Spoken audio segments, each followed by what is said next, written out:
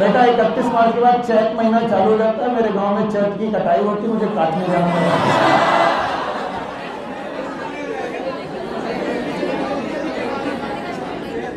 So it is photoperiodism.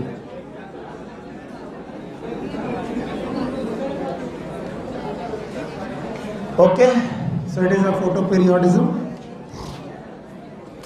Photoperiodism समझने के पहले you have to understand about the act of flowering.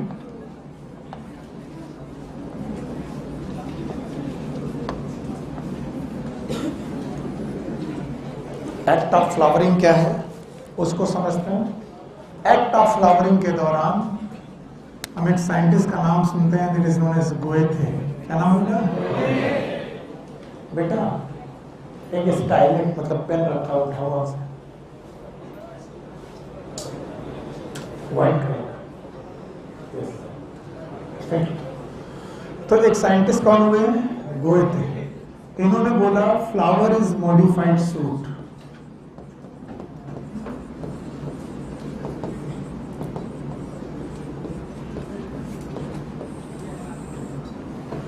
Flower एक प्रकार के मॉडिफाइड सूट है। What it means? बोलते हैं पौधों में underground it is known as root, above the ground it is known as shoot, और इस सूट पोर्शन में एपिकल मेरिस्टम पाए जाते हैं। These are known as apical meristems.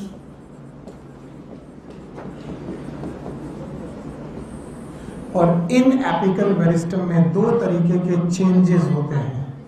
एक चेंज का नाम होता है हार्मोनल चेंजेस, और दूसरे तरीके के changes they are known as structural changes. So there are two type of changes. One is known as hormonal changes, another one is structural changes. कहाँ पर हुए? रूट में कि सूट में? सूट में भी। और ये जो एपिकल मेरिस्टम है it is change into flower primordia. Flower primordia, ये फ्लावर प्राइमोर्डिया नाम के स्ट्रक्चर में बदल जाता है। चलिए जवाब दीजिए। साइंटिस्ट का नाम? फ्लावर इज मॉडिफाइड सूट के पास मेरिस्टम एपिकल। एपिकल मेरिस्टम में कितने बदलाव? एक हार्मोनल, दूसरा स्ट्रक्चरल। हार्मोनल और स्ट्रक्चरल चेंजेस होने की वजह से याद करना क्या बनी? Flower primordia are those tissue which are undifferentiated but destined. ऐसे टिश्यू जो डिफरेंशिएट नहीं हुए लेकिन जिनकी डेस्टिनी क्लियर है। एंड डेस्टिनी क्लियर ये है कि आगे चल के क्या बनाएंगे? फ्लावर। जैसे मैं बोलता हूँ ली, बोलूँ ली प्राइमोर्डिया, क्या बनाएगा? ली ब्रांच प्राइमोर्डिया। तो ऐसे फ्लावर प्राइमोर्डिया क्या बनाएगा? फिर बोलते हैं इस फ्लावर प्राइमोर्डिया में एक दिन बनती है बड। क्या बनती है? और बड में होती है एंथेसिस, ये खिलती है। एंथेसिस का मतलब खिल जाना, और एंथेसिस से बनता है फ्लावर। बोलो क्या बनता है? फ्लावर। तो ये फ्लावर का बन जाना एपिकल मेरिस्टम से, एपिकल मेरिस्टम से फ्लावर का बन जाना it is known as act of flowering. Act of flowering बोलते हैं इस एक्ट ऑफ फ्लावरिंग के लिए एवरी प्लांट नीड्स सनलाइट।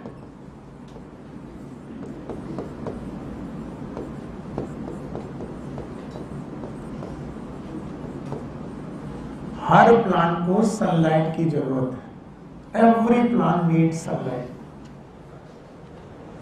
हर पौधे को फ्लावरिंग करने के लिए सनलाइट की जरूरत है, इसमें कोई दो राय नहीं। बट कुछ प्लांट होते हैं जो स्पेशल ड्यूरेशन ऑफ सनलाइट चाहते हैं। Special duration of sunlight.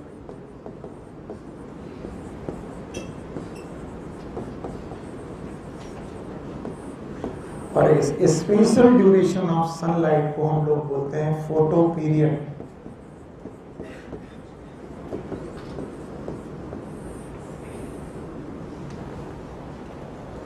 कई बार जब मैं ऐसे पढ़ाता रहता हूं आपके दिमाग तक सेंटेंस कान तक पहुंचते हैं, आप भूल जाते हो। क्यों? क्योंकि जब तक इसे एक्सप्लेन ना किया जाए आप समझ ही नहीं पाओगे। एक्सप्लेन करने के लिए मुझे सहारा लेना पड़ता है एक गलत तरीके के कॉमन सेंस का। सही तरीके की गलत, हाँ गलत तरीके का कॉमन सेंस ये है कि हमारे 24 घंटे में 24 आवर में, सब लोग छोड़ करके सुनिएगा सब कुछ, 24 आवर में हम 12 घंटे को मिड पॉइंट मान लेते हैं। कितना घंटा? 12। और 12 घंटे के बाद हम सोचते हैं कि पहले 12 घंटे में सूर्योदय से लेकर के दिन हुआ, रात हो गई, और अगले 12 घंटे में हम नाइट मान लेते हैं, नाइट मान लेते हैं, और ये डे मान लेते हैं। मैंने पहले से बोला ये कॉमन सेंस थोड़ा गलत तरीके का है, लेकिन फिर भी सुनो। हम बोलते हैं एक दिन में, पूरा एक दिन में कितने घंटे? 24 घंटे, जिसमें मैं कॉमन सेंस में बोलता हूं 12 घंटे दिन, 12 घंटे रात। It is known as equinox, जब 12 घंटे का दिन और 12 घंटे का रात हो। पर हम सब अपने अपने एक्सपीरियंस से जानते हैं कि सर्दियों में रातें दिन, गर्मियों में रातें दिन। नहीं समझ में आया? आजकल क्या हो रहा है? रातें बड़ी, दिन। तो बोलते हैं कई बार ऐसा होगा कि आपको दिन छोटे मिलेंगे।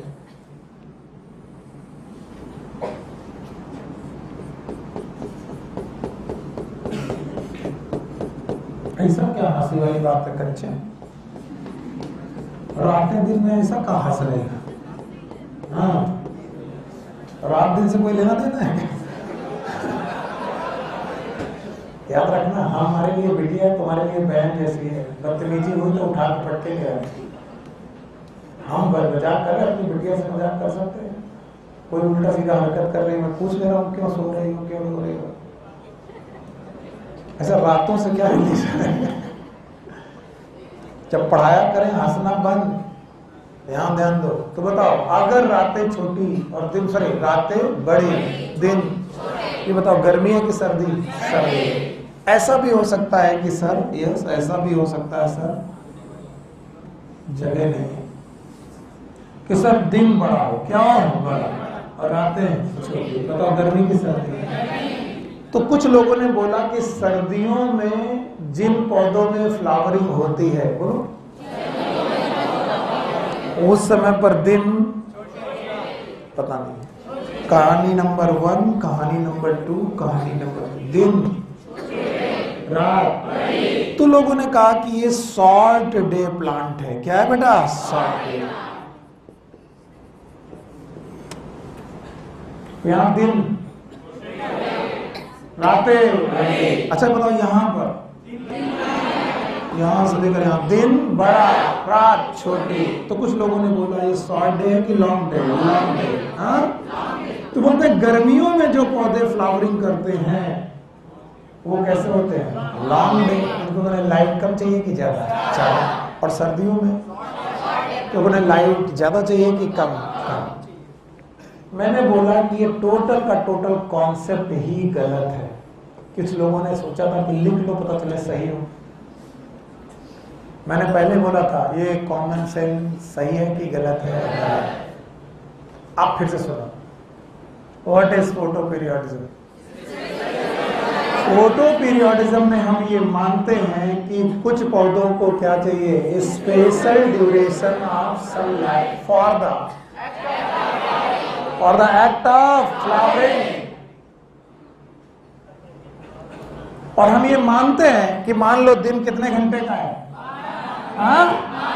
तो कुछ लोगों को 12 घंटे से ज्यादा लाइट चाहिए, बोलो, और कुछ लोगों को 12 घंटे से, जिन्हें 12 घंटे से ज्यादा चाहिए, और जिन्हें 12 घंटे से कम चाहिए। फिर से बोलो, जिन्हें 12 घंटे से ज्यादा, जिन्हें 12 घंटे से कम। पक्का? ये सही नहीं है। तो पहली बात, आपने सर गलत चीज क्यों पढ़ाई? क्योंकि आपके दिमाग में सबसे पहले इसी चीज को हटाना है कि जो आप गलत पढ़ते हो उसको पहले गलत कर दिया जाए। कहा जाता है कि लाइट सबको चाहिए, पर कुछ लोगों को लाइट नहीं चाहिए, ड्यूरेशन ऑफ लाइट चाहिए। लाइट चाहिए लेकिन हमें 13 घंटे की लाइट चाहिए हर हालत में। कितने? 13। किसने कहा हमें लाइट चाहिए लेकिन हमें 10 घंटे की लाइट चाहिए? कितनी? 10।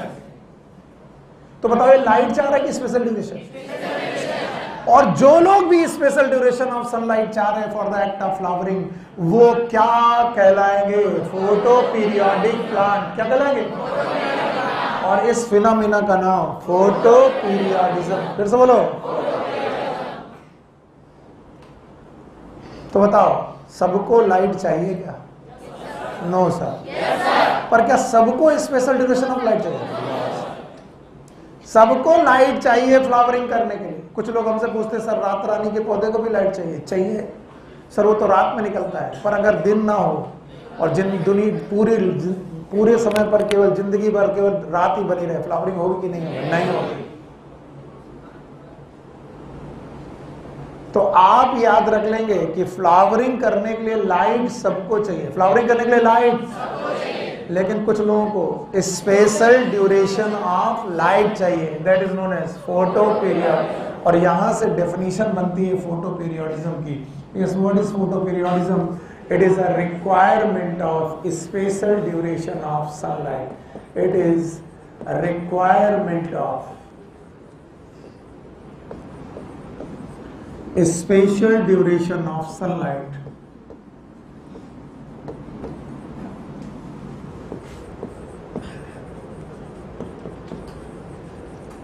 for act of flowering.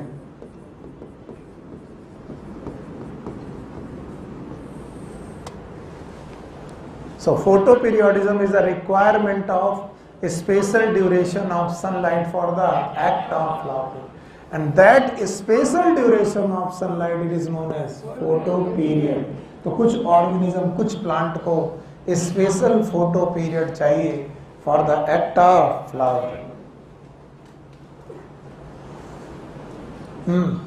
मजा तब आएगा जब बोर्ड में कुछ ना हो। पक्का? और आप बता दो 3 पॉइंट यहां पर पढ़े हैं, एक्ट ऑफ फ्लावरिंग, फिर एक गलत कॉन्सेप्ट और फिर एक डेफिनेशन। चलो हटा दें? चलो बताओ एक्ट ऑफ फ्लावरिंग याद है? बिना बुक में नोटबुक में देखे बताओ। एक्ट ऑफ फ्लावरिंग में हमने बोला गोएथे याद है? गोएथे ने कहा flower is modified so apical meristem है। कितने तरीके बताओ? 1 इज, दूसरा हार्मोनल स्ट्रक्चरल बदला हुआ है। पहले बनी फ्लावर प्रिमोर्डिया, फिर बनी बड। कहना सीखो, पहले बनी, फिर बना बड, फिर एंथेसिस हुई, क्या बना? फ्लावर। यानी कि मेरिस्टम से फ्लावर तक बनने की कहानी का नाम act of flowering. Act of flowering के लिए सनलाइट सबको चाहिए, यस सर, लेकिन किसी किसी को स्पेशल ड्यूरेशन ऑफ सनलाइट चाहिए, नो सर। और आपको मालूम है ये स्पेशल ड्यूरेशन ऑफ सनलाइट का नाम क्या होगा? Photo period. फिर से बोलो। तो क्या हम डेफिनेशन बना पाए? What is photo periodism? It is a phenomena, it is a where it is requirement of special duration of sunlight for the act of flowering, जिसमें एक गलत कॉन्सेप्ट ज्यादातर समय बच्चे पढ़ जाते हैं और उसमें वो 12 घंटे को क्रिटिकल मानते हैं। क्या मानते हैं? 12 घंटे। और वो मानते हैं 12 घंटे से ज्यादा तो लॉन्ग डे, 12 घंटे से कम पक्का? बताओ ये कॉन्सेप्ट सही है कि गलत है? आइए आगे बढ़ते हैं। बोलते हैं फोटो पीरियोडिज्म के हिसाब से, फोटो पीरियोडिज्म की बेसिस पर the plant are of 3 type. 1 is known as long day plant,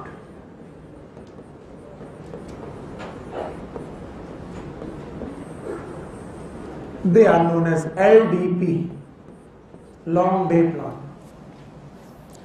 There are some plant which are known as short day plant.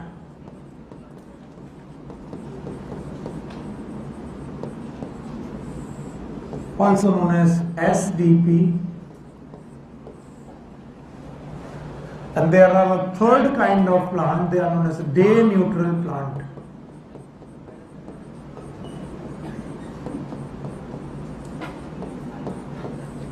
also known as DNP. So photo periodism के हिसाब से इस दुनिया में 3 तरीके के पौधे पाए जाते हैं। पहले का नाम है लॉन्ग डे प्लांट, दूसरे का नाम है शॉर्ट डे प्लांट, तीसरे का नाम है डे न्यूट्रल प्लांट। पहले डेफिनेशन, और ये बहुत ही कंफ्यूजिंग है, इसलिए पहले लिख लेना फिर समझा देंगे। Long day plant, these are the plant which require photo period more than critical photo period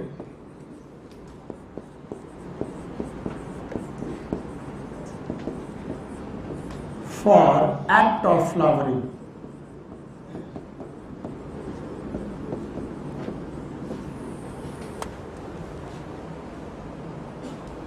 पहले डेफिनेशन लिख दे रहा हूं और फिर से समझाऊंगा, घबराना मत, समझ में आ जाएगा। Now the short day plant, they are the plants which require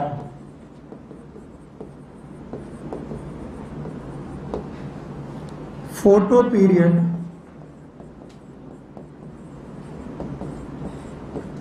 less than critical photo period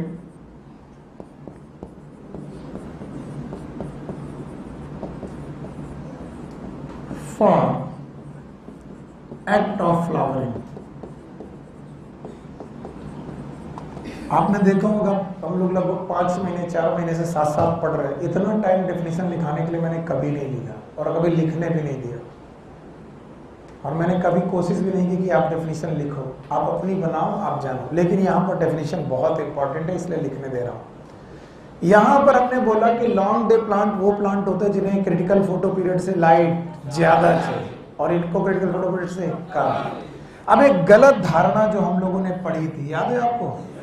और उस गलत धारणा में हमने पढ़ा था 12 घंटे, क्या नाम? फिर से बोलो। और मैंने बोला था 12 घंटे का डे, यस और नो, और 12 घंटे की नाइट। तो बताओ, 2 चीजें हो गई, 12 घंटे का दिन और 12 घंटे की रात। तो हमने कहीं ना कहीं 12 घंटे को क्रिटिकल मान लिया। क्या मान लिया? क्रिटिकल। ये क्रिटिकल मानना ही हमारा गलत कॉमन सेंस है, ये गलत कॉमन सेंस है। क्यों? क्योंकि जब हमने 12 घंटे को क्रिटिकल मान लिया तो हमने माना जिनको 12 घंटे से लाइट ज्यादा चाहिए वो शॉर्ट डे की लॉन्ग डे। तब हमने एक लाइन खींची जिसमें 12 घंटे से लाइट ज्यादा पड़ रही थी। यस और नो? बताओ, अब ये क्या कहलाया? Long day. मान लो ये 12 घंटे का लाइन है, तो ये 12 घंटे से कम हो गया कि ज्यादा हो गया। फिर हमने एक लाइन खींची जिसमें हमें 12 घंटे से लाइट क्या मिल रही है? कम। यानी कि ये वाला कंडीशन, अगर ये बीच का पॉइंट है तो लॉन्ग डे हो गया कि शॉर्ट डे? देख के बताओ, ये क्या लग रहा है? ये वाला पक्का? और हमने क्रिटिकल फोटो पीरियड किसको माना? 12। याद रखना, यही हमारी गलती हो गई, क्योंकि आपको सबको लिखना है critical photo period is different for different plant. Critical photo period is different for different plant. Her plant के लिए क्रिटिकल फोटो पीरियड अलग होता है। इतनी देर से मैं कहानी पढ़ा रहा हूं, अभी तक हम लोग कंक्लूजन पे नहीं आ पाए कि एक चल क्या रहा है। ठीक है, अब मैं इसे कंक्लूड करता हूं। चलो पहले चिल्ला लो, फोटो पीरियोडिज्म के हिसाब से कितने प्रकार के प्लांट? 1 इज, फिर शॉर्ट डे प्लांट, फिर कुछ को चाहिए लाइट ज्यादा है और कुछ को लाइट चाहिए कम।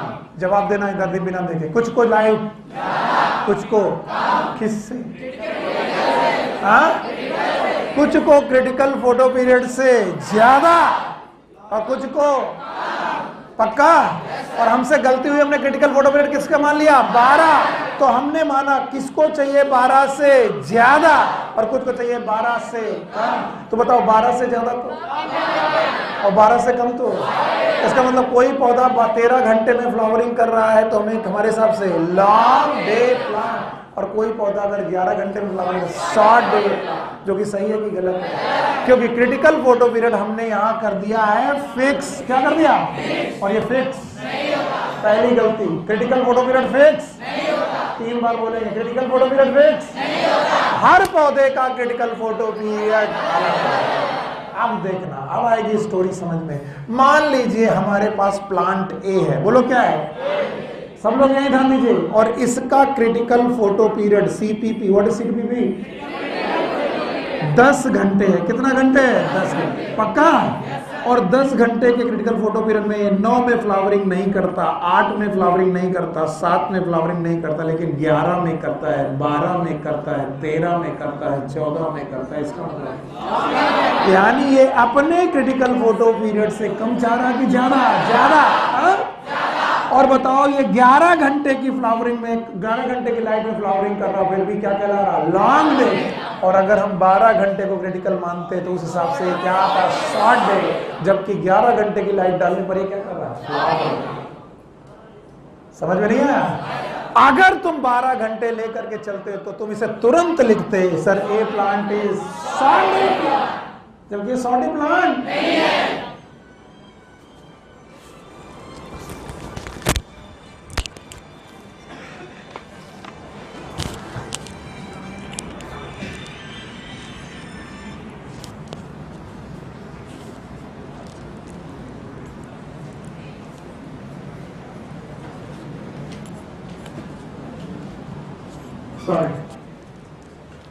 सो बताओ इसमें 12 घंटे क्रिटिकल है कि नहीं है? नहीं है। क्रिटिकल का मतलब अपने क्रिटिकल। तो बताइए अगर तुमने 12 वाली कहानी होती तो 11 घंटे में फ्लावरिंग करने वाला बंदा आपको क्या लगता? शॉर्ट। पर ये क्या निकला? Long. Meanwhile we have the B plant, plant B, और इसका CPP है बेटा 14 घंटे। कितना है? और हमने देखा कि ये 15 घंटे में फ्लावरिंग नहीं करता, 16 में नहीं करता, 17 में नहीं करता, लेकिन 13 में कर देता है, 12 में कर देता है, 11 में कर देता है। लॉन्ग डे के शॉर्ट डे। इसका मतलब ये अपने CPP से कम चाहता नहीं ज्यादा। और अगर तुमने कहीं 12 घंटे वाला क्रिटिकल माना होता और 13 घंटे में फ्लावरिंग करता तो इसे क्या मानते हैं? लॉन्ग। बल्कि लॉन्ग डे निकला कि शॉर्ट। और एक और ब्यूटी देखो, एक और ब्यूटी, दोनों के दोनों फ्लावर प्लांट 11 घंटे में फ्लावरिंग कर रहे हैं। देखो, यस और नो? और ये भी कर रहा है। इसका मतलब अगर मैं दे दूं plant A and B both are flowering, they flower at the 11 hour of light, बताओ ये लॉन्ग डे की शॉर्ट है? बता पाना नामुमकिन है। क्यों? क्योंकि जब तक हमें क्या नहीं मालूम होगा critical photo period, we are not confirm कि ये लॉन्ग डे है। क्योंकि ए अगर देखा जाए तो क्या है? लॉन्ग डे, और बी क्या है?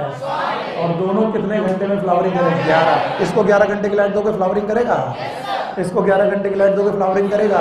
लेकिन ये 11 घंटा इसके क्रिटिकल से कम है और ये 11 घंटा इसके क्रिटिकल से ज्यादा है, and that's why this is short. तो बताओ जो 12 घंटे से ज्यादा लाइट ले वो लॉन्ग डे होंगे, जो 12 घंटे से कम वो शॉर्ट डे होंगे।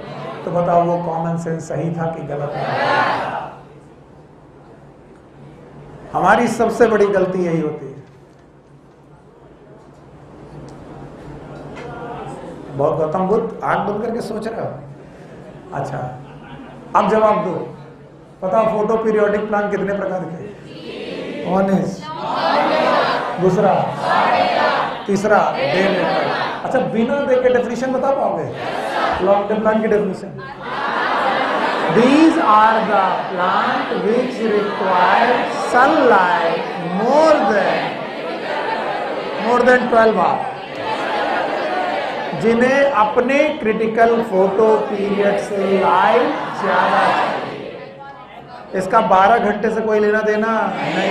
What are the short day plant? These are the plant, they require sunlight less than critical photo period. Less than 12 घंटा, less than critical photo period. इसका 12 घंटे से कोई लेना देना. And then the day neutral plant, they require light. They require light. इनको require light चाहिए क्योंकि light तो हर को चाहिए. They require light, but not depend upon specific duration. Specific duration, ये स्पेसिफिक ड्यूरेशन पर डिपेंड नहीं करते. ध्यान से सुनो, इसका मतलब क्या हुआ? इन्हें 4 घंटे की लाइट दे दो तब भी फ्लावर कर देंगे, 15 घंटे की लाइट दे दो तब भी फ्लावरिंग कर दोगे, 10 घंटे की लाइट दोगे तब भी फ्लावरिंग करेंगे. इन्हें लाइट से मतलब है, ड्यूरेशन से मतलब. तो these plant are known as day neutral plant. The plant which does not depend upon the specific duration of sunlight for the act of flowering, those are known as day. So they do not depend upon specific duration of the sunlight. They are day neutral plant. बहुत कम है हमारी book में वैसे भी. और हाँ, ये हर पौधे का अलग है. बाई एक्सपेरिमेंट, बड़ा बढ़िया क्वेश्चन है. It is by experiment. ये एक्सपेरिमेंटल है, एक्सपेरिमेंटल प्रोसेस है. हर पौधे को एक्सपेरिमेंट करके पता किया गया है. एंड क्रिटिकल फोटो पीरियड ये भी एक्सपेरिमेंट से ही पता चलता है. यानी आप एक टोबैको का पौधा लो और एक दो से 9 घंटे की लाइट दो, 3 महीने तक नहीं फ्लावरिंग कर रहा. दूसरा लो 10 घंटे की दो, नहीं कर रहा. 11 घंटे की दो, करने लगा. 11 घंटे के बाद 12 घंटे में करने लगा. तो आपके लिए 10 घंटे क्या हो गया? क्रिटिकल है. और उसके ऊपर फ्लावरिंग कर रहा है तो इसका मतलब लॉन्ग डे की शॉर्ट डे? Short day. हाँ, लॉन्ग डे. और अगर तो उससे कम लिया शॉर्ट डे, तो वो 9 घंटे में नहीं कर रहा, 12 घंटे में कर रहा है. इसका मतलब एक क्रिटिकल फोटो पीरियड से ज्यादा. So critical photo period short day plant के केस में मैक्सिमम सनलाइट है. कैसी है? मैक्सिमम, उससे कम चाहिए. और लॉन्ग डे प्लांट के केस में critical photo period is minimum, उससे ज्यादा चाहिए. Anything else? ओके. हाँ,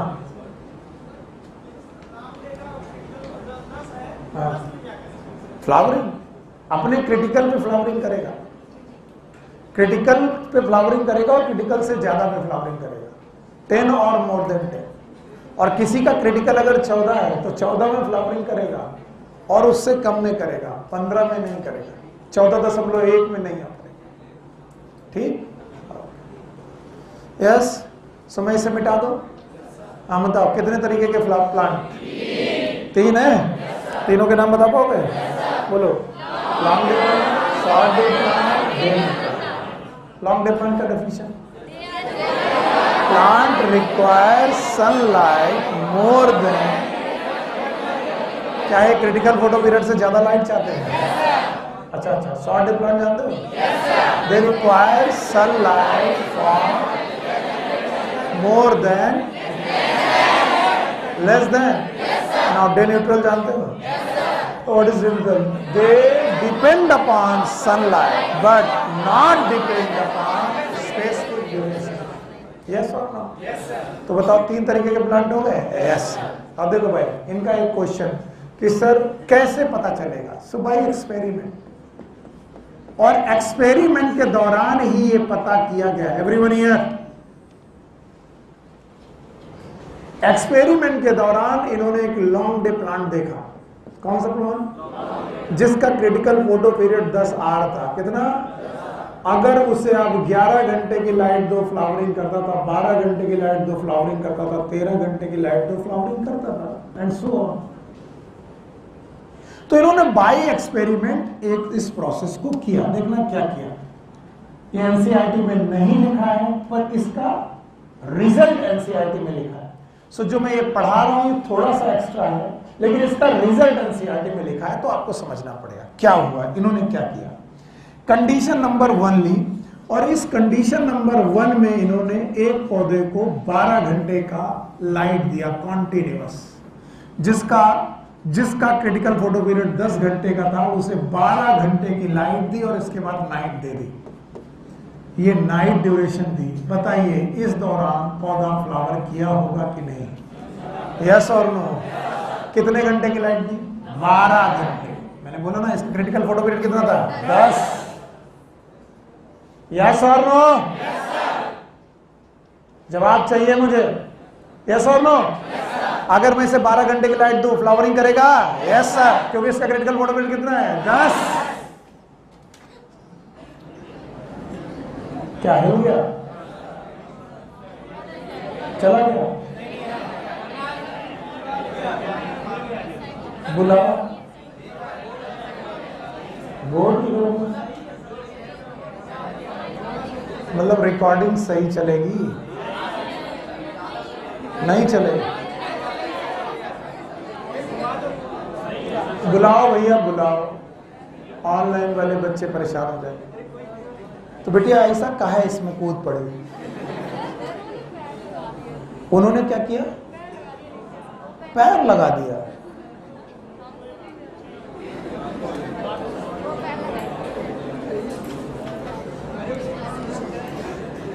बिटिया थोड़ा जगह दे, इधर इधर इधर।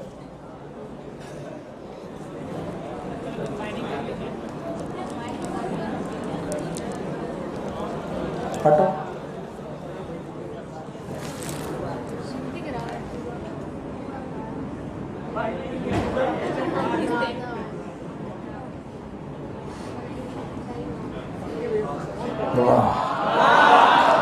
बस बस बस बस, हर बात पे नहीं।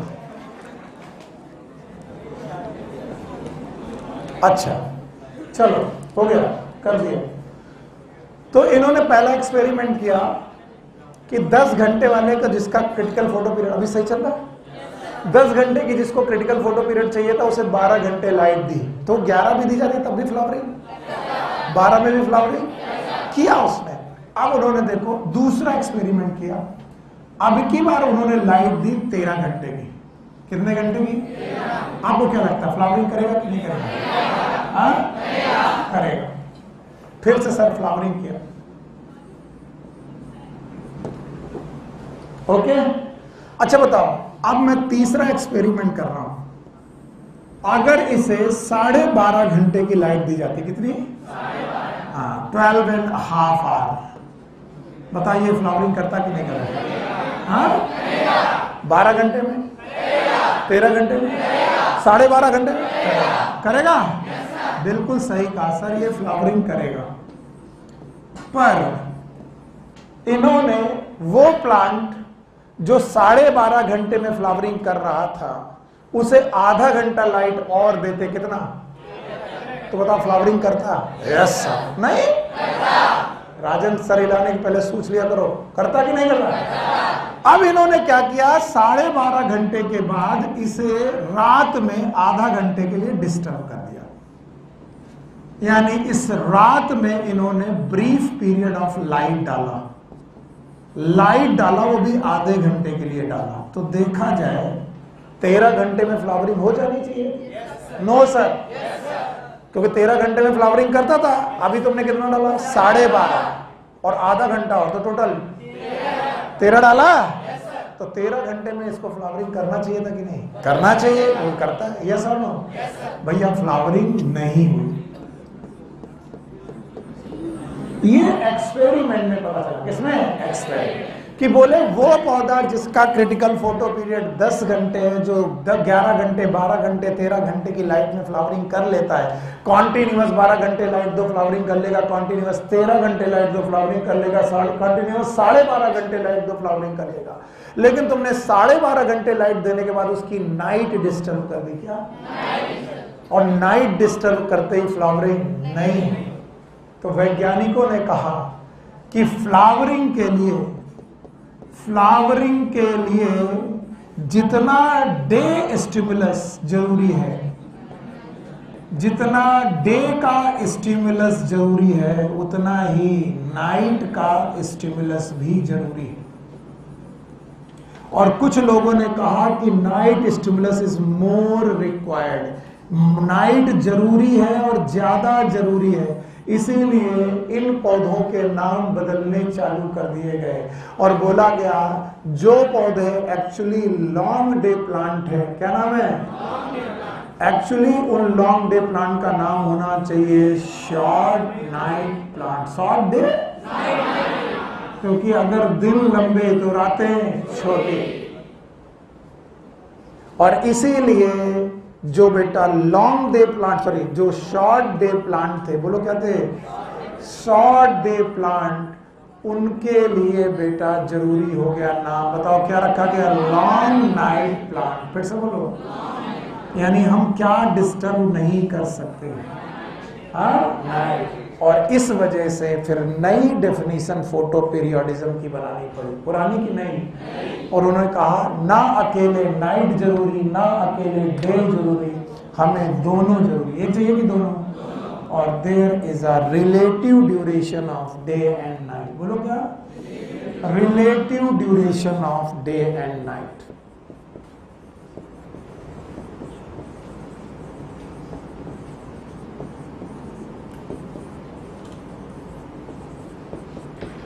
आप अपनी एनसीईआरटी में फोटो पीरियोडिज्म की डेफिनेशन जब पढ़ेंगे तो उन्होंने लिखा है, पेज टर्न करके जब पढ़ेंगे तो उन्होंने क्या लिखा है, बोलो क्या लिखा है, it is a requirement of day night और relative duration.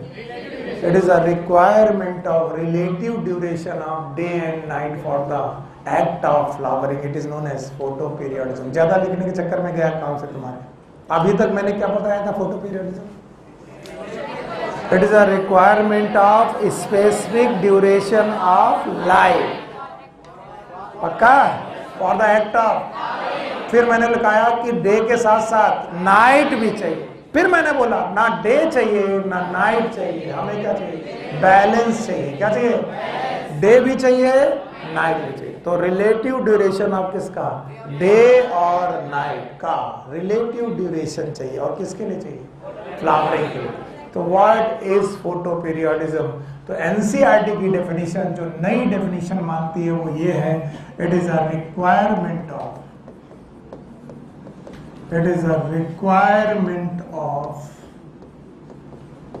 Relative duration of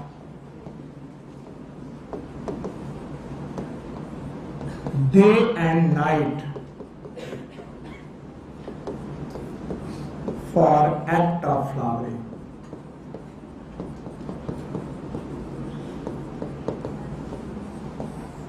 This is the main definition of photoperiodism which is given in your NCERT. आपके NCERT में जो definition दी गई है वो ये दी गई है, जब आप पेज पढ़ेंगे सही ढंग से तो यही मिलेगी। Yes, what is photoperiodism? The requirement of relative duration of day and night for act of flowering के लिए डे और नाइट दोनों चाहिए, और उनका क्या चाहिए, रिलेटिव ड्यूरेशन। हम ऐसा नहीं कर सकते कि डे के चक्कर में पूरा डे ही कर दे, भैया बोले लॉन्ग डे प्लांट है तो 24 घंटा लाइट डाल रहे, नाइट होने नहीं दे रहे, तो बताओ फ्लावरिंग करेंगे कि नहीं करेंगे, नहीं करेंगे। So we need day as well as night, और उनका क्या चाहिए, रिलेटिव ड्यूरेशन। इसीलिए लॉन्ग डे प्लांट का दूसरा नाम शॉर्ट नाइट, और शॉर्ट डे प्लांट का दूसरा नाम लॉन्ग नाइट। और डे न्यूट्रल को लाइट की जरूरत नहीं थी, फिर लाइट की जरूरत थी लेकिन स्पेसिफिक ड्यूरेशन ऑफ लाइट की जरूरत नहीं थी। So this is how the definition happen and the modern definition happen for the photoperiodism. Now what is photoperiodism? It is a requirement of relative duration of day and night. हटा दें, बताओ long day plant का दूसरा नाम, हाँ short, और short day plant का पक्का। तो बस याद रखना, क्या पूरा डे चाहिए, नाइट चाहिए, डे और नाइट का रिलेटिव ड्यूरेशन। ऐसा कौन सा क्वेश्चन है? चलो भाई, तो थर्ड इज, तीसरा पॉइंट, लोगों ने कहा कि लाइट एक स्टिमुलस है,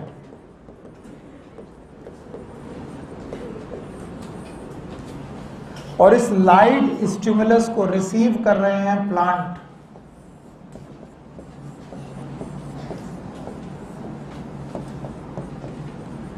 and plant does not have the brain and not the receptor तो प्लांट को कैसे पता चल रहा कि लाइट एक्चुअली हमारे पास आ रही है? फिर से सुनना, हमारे पास ब्रेन है, आईज है, रिसेप्टर है, जिससे हम पता लगा देते हैं कि भैया दिन हो गया, रात हो गई। प्लांट को कैसे पता चलता है कि उन्हें लाइट मिल रही कि अंधेरा मिल रहा? तो वैज्ञानिकों ने एक और एक्सपेरिमेंट किया, लगाने के लिए कोशिश किया कि लाइट स्टिमुलस को, कौन से स्टिमुलस को? लाइट स्टिमुलस को पकड़ने वाले रिसेप्टर कहां पर होते हैं पौधों में? Where the receptors are present. ध्यान सुनो, फिर से सोच के देखो, प्लांट के पास ब्रेन,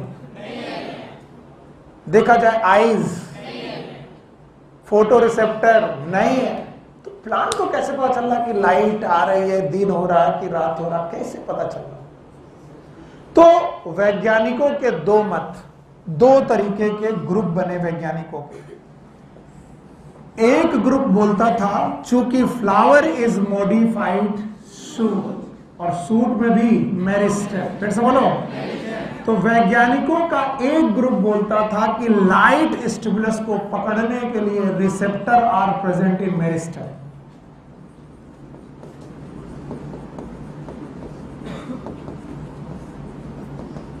क्योंकि उनका मानना था कि यही मेरिस्टेम आगे चल के फ्लावर बनेगा, तो जो फ्लावर बन रहा है उसी के पास लाइट को पकड़ने के रिसेप्टर होने चाहिए। और दूसरे वैज्ञानिक थे जो ये मानते थे कि भले फ्लावर भाई बन रहा हो मेरिस्टेम से, लेकिन उनको रिसेप्टर कहां मिलेंगे? कहां पर? लीफ। तो रिसेप्टर प्रेजेंट इन लीफ। तो दो तरीके के वैज्ञानिकों के मत थे। बताओ, लाइट को पकड़ने के लिए पौधों में रिसेप्टर कहां कहां हो सकते हैं? या तो मेरिस्टेम या तो लीफ। तो कुछ वैज्ञानिक क्या मानते थे और कुछ मेरिस्टेम मानने वालों का अपना मत था। उनका मत था कि भाई जब फ्लावर किससे बनता है? मेरिस्टेम से, तो वही लोग लाइट को पकड़ते होंगे और फ्लावर को बदल देते होंगे। दो चेंजेस करते हैं, हार्मोनल है, स्ट्रक्चरल। पर कुछ वैज्ञानिकों ने कहा नहीं नहीं, भले ही बेटा फ्लावर बनता है मेरिस्टेम से, लेकिन उस लाइट को पकड़ने के लिए मेरिस्टेम नहीं, क्या चाहिए? लीफ। एक्सपेरिमेंट किए गए। क्या किए गए? पहला एक्सपेरिमेंट, एक्सपेरिमेंट 1, इन्होंने एक गमले में एक पौधा लिया। वो पौधा था लॉन्ग डे। क्या था? एलडीपी। What is LDP? और उस पौधे की सारी पत्तियां गिरा दी, लेकिन मेरिस्टेम जिंदा रखा।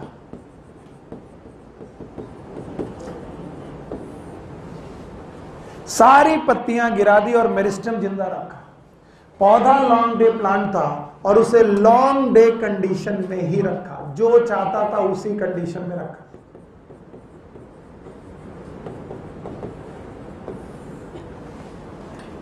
फ्लावरिंग नहीं हुई। वैज्ञानिकों ने कहा फ्लावरिंग अगर होनी ही चाहिए क्योंकि मेरिस्टेम है, और अगर मेरिस्टेम में भी रिसेप्टर होते हैं, तो मैं जो सनलाइट डाल रहा हूं वो सनलाइट किसने पकड़नी चाहिए? मेरिस्टेम ने। और मेरिस्टेम ने क्या बनानी चाहिए? Primordia, bud, flower. पत्ती एक भी नहीं रखी, पौधे में फ्लावरिंग नहीं। Experiment number 2, B. Experiment number B, अब की बार फिर से इन्होंने वही लॉन्ग डे प्लांट लिया, the same long day plant, और केवल एक या दो पत्तियां रखी along with मेरिस्टेम। एक या दो पत्तियां रखी along with मेरिस्टेम। यह पौधा था लॉन्ग डे प्लांट और इसे लॉन्ग डे कंडीशन में ही रखा गया। किस कंडीशन में? और भैया यहां पर फ्लावर बन गया। तो लोगों ने कहा कि अगर मेरिस्टेम ही चाहिए होता और रिसेप्टर मेरिस्टेम में ही प्रेजेंट थे, तो यहां मेरिस्टेम थी, लीफ थी कि नहीं थी? तो बताओ, अगर केवल मेरिस्टेम में रिसेप्टर होते तो बिना लीफ के भी फ्लावरिंग होनी चाहिए। लेकिन लोगों ने कहा नहीं, बिना लीफ के फ्लावरिंग नहीं होती, क्योंकि लाइट को रिसीव करने के लिए रिसेप्टर कहां पर प्रेजेंट है? लीफ में। और फिर लोगों ने थ्योरी दी कि भैया लीफ में एक पिगमेंट पाया जाएगा, नाम है फाइटोक्रोम। साइटोक्रोम। और ये फाइटोक्रोम नाम का पिगमेंट ही सनलाइट को रिसीव करेगा। किसको? और सनलाइट को रिसीव करने के बाद एक हार्मोन बनाएगा, नाम है फ्लोरिजेन। फिर से बोलो। और ये फ्लोरिजेन नाम का जो हार्मोन है ये हाइपोथेटिकल था। कैसा? वैज्ञानिकों ने सोचा था, मिला कभी नहीं, उन्हें कभी नहीं ढूंढ पाए। उन्होंने माना कि जब सनलाइट पत्तियों में पड़ती है तो पत्तियों में मौजूद उस सनलाइट को रिसीव करता है, और रिसीव करने के बाद एक हार्मोन बताता है, नाम बताओ? फ्लोरिजेन। फ्लोरी मतलब फ्लावर, जेन मतलब जनरेट करने वाला। और यही फ्लोरिजेन पत्तियों से मूव करते हुए मेरिस्टेम में जाता है। कहां पर? और दो चेंज करता है। एक कौन? Hormonal change. फिर से बोलो। फिर से बोलो। तो मुझे किसी ने नहीं पूछा कि कौन सा हार्मोनल चेंज? फ्लोरिजेन का हार्मोनल चेंज। तो पत्तियां सनलाइट को रिसीव करती हैं किसके द्वारा? और लीफ के द्वारा। पर किसके द्वारा? फाइटोक्रोम। और क्या बनाती है? फ्लोरिजेन। कहाँ? लीफ में। और लीफ से फ्लोरिजेन बना के कहाँ मूव कराती है? Meristematic tissue. और वहां पर कितने चेंज आते हैं? दो। पहला चेंज, यही वो हार्मोनल चेंज है जो उसमें क्या बना देता है? प्रिमार्डिया। क्या बनाता है? फिर क्या बनती है? बड। और फिर बोला गया क्या फ्लोरिजेन कभी ढूंढा गया? नो। बोलते हैं एक हार्मोन जो फ्लोरिजेन जैसा बिहेव कर सकता है, it is gibberellins. Gibberellins can behave like florigen, पर वो भी 100% नहीं। इसीलिए फ्लोरिजेन एक हाइपोथेटिकल हार्मोन माना गया और तब से लेकर आज तक वो डिस्कवर नहीं हुआ। तो जब मैं बोलता हूं एक्ट ऑफ फ्लावरिंग में दो चेंजेस आते हैं, दोनों चेंज याद हैं? पहला हार्मोनल, दूसरा तो हार्मोनल का मतलब कौन सा हार्मोन? फ्लोरिजेन। तो बताओ लाइट स्टिमुलस को रिसीव करने के लिए पौधे में क्या होनी चाहिए? बिना पत्तियों के कभी भी फ्लावरिंग हो सकती है? नहीं, क्योंकि पत्तियां लाइट को स्टिमुलस को रिसीव करेंगी। किसके द्वारा? फाइटोक्रोम। और फाइटोक्रोम में क्या बनाएंगी? फ्लोरिजेन। फ्लोरिजेन बनाकर कहाँ पहुंचाएंगे? मेरिस्टेम। और मेरिस्टेम में क्या बनेगी? प्रिमार्डिया। प्रिमार्डिया के बाद बड, और बड के बाद flower. So this was the total photoperiodism given in your NCERT, or it will be more than which is given in your NCERT. आपकी NCERT में जो कुछ भी दिया है उससे बहुत ज़्यादा पढ़ा दिया। It is photoperiodism. ये बात और है कि फाइटोक्रोम दो प्रकार के, एक PR और एक PFR। ये सब कोर्स में नहीं है इसलिए मैं पढ़ाऊंगा नहीं। One is known as phytochrome red और एक फाइटोक्रोम फार रेड, और इनकी अपनी थ्योरी ही अलग है। तो जब ये चैप्टर से पोर्शन ही हटा दिया गया और एनसीईआरटी में ये दिया ही नहीं है, so we are not going to discuss. कभी जरूरत पड़ी क्वेश्चन में देन आई विल डिस्कस। इसलिए मेरी रिवीजन क्लासेस छोड़िएगा मत, क्योंकि पिछले कुछ 5-7 साल पहले एक क्वेश्चन आया हुआ है, उसको मैं एक्सप्लेन करूंगा। किसमें? रिवीजन। एनसीईआरटी में नहीं दिया है, and that's why I will not discuss it in NCERT. So photoperiodism अंततः क्या समझा गया? क्या है डेफिनेशन फोटोपीरियोडिज्म की? It is a relative duration of sunlight which is required for act of flowering. पक्का? पहले की डेफिनेशन क्या थी? Special duration of light. और कितने प्रकार के लोग? 3। 2? एक और long day, short day, day. याद है?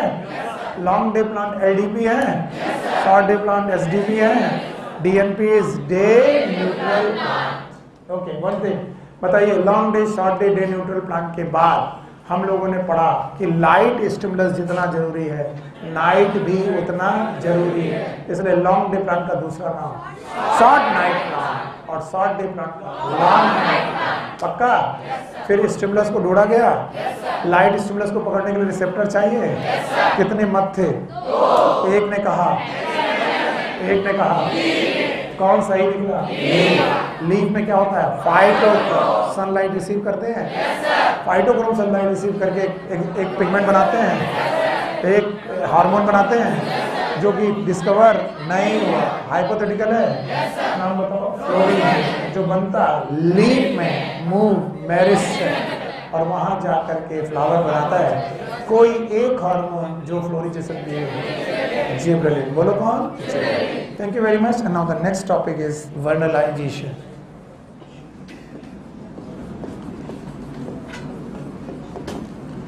Vernalization, also known as springization.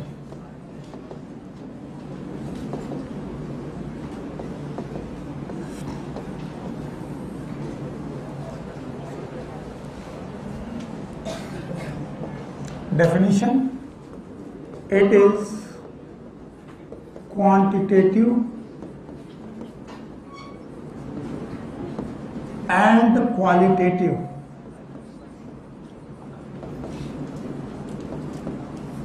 requirement of low temperature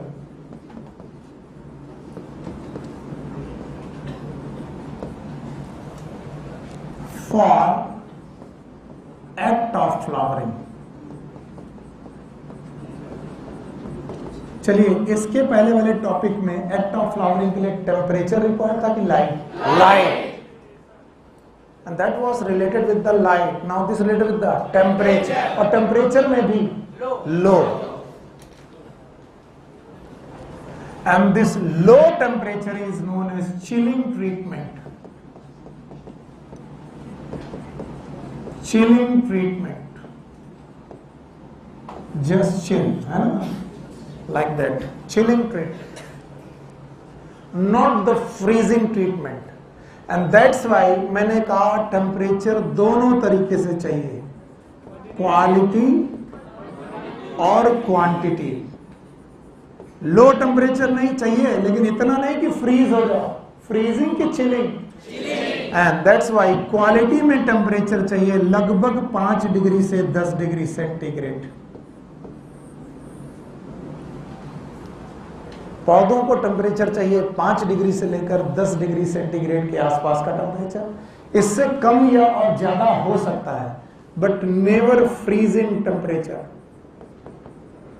freezing temperature नहीं चाहिए, इसका मतलब 0 डिग्री से कम नहीं चाहिए। अगर तुमने बोला -10 -20 चाहिए कि नहीं चाहिए? नहीं चाहिए, because it is a freezing treatment और चिलिंग।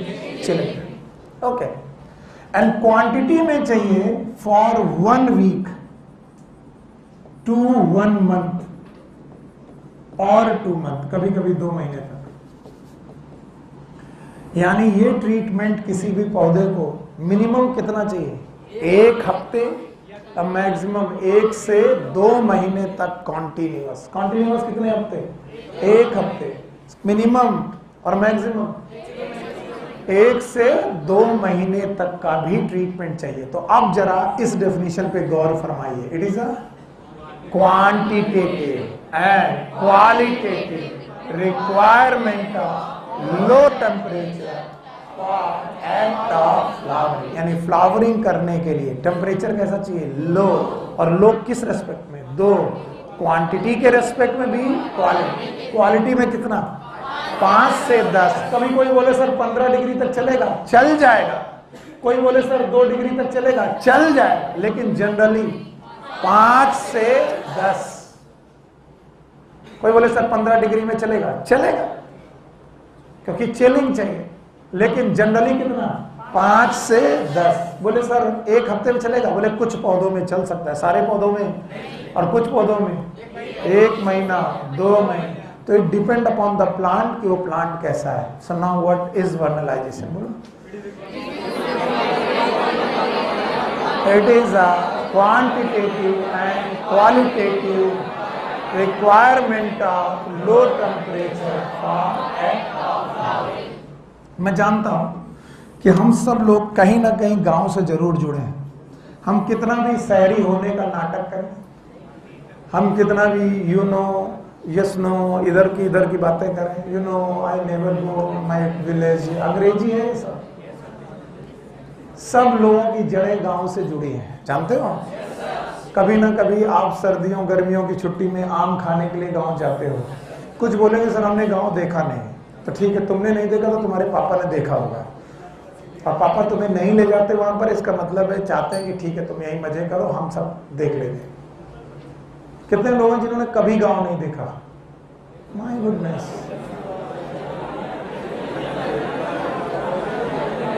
बिटिया कहाँ रहती हो? खड़ी हो। अरे ऐसे चुप रहो। कानपुर? हाँ।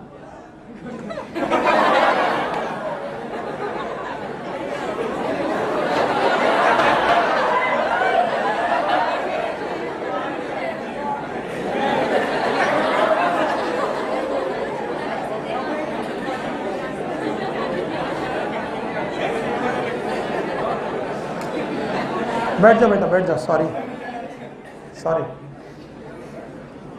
कुछ क्वेश्चन करते अब नहीं कर पाएंगे तुम्हारी बदतमीजी की वजह से। बदतमीज वो तो मैं जानता हूं भाई, लेकिन हम पूछ रहे तो तुम क्या बता रहे हो? तुम्हारा नाम जानवी है?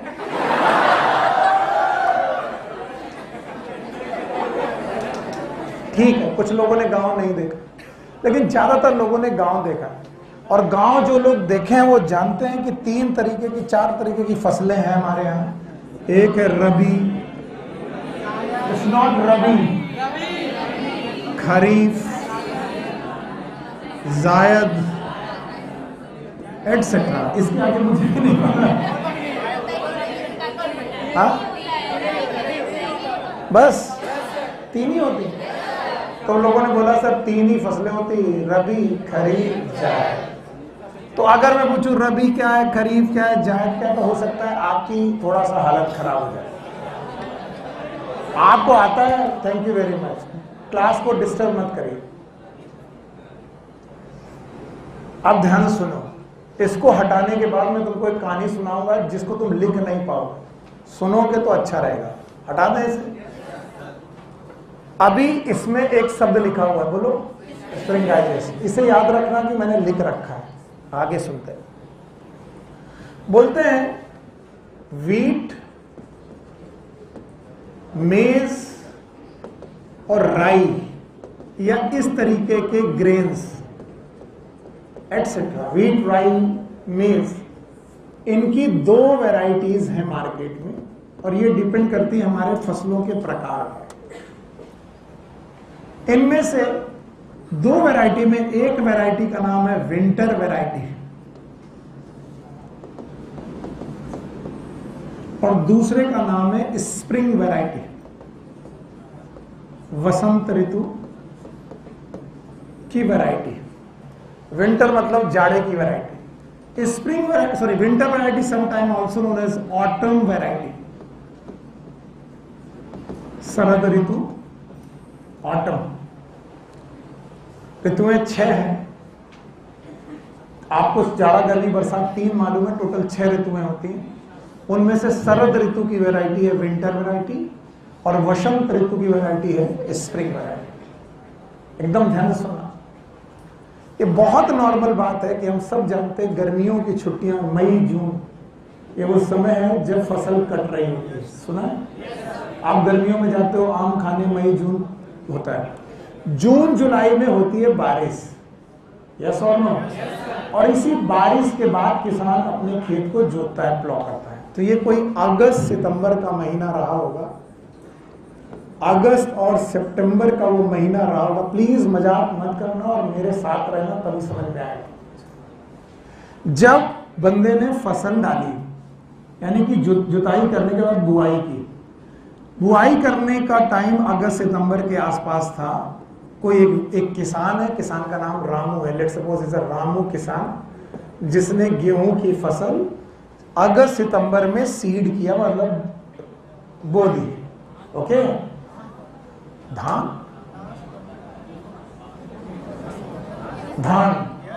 चलो धान ले लो, धान मतलब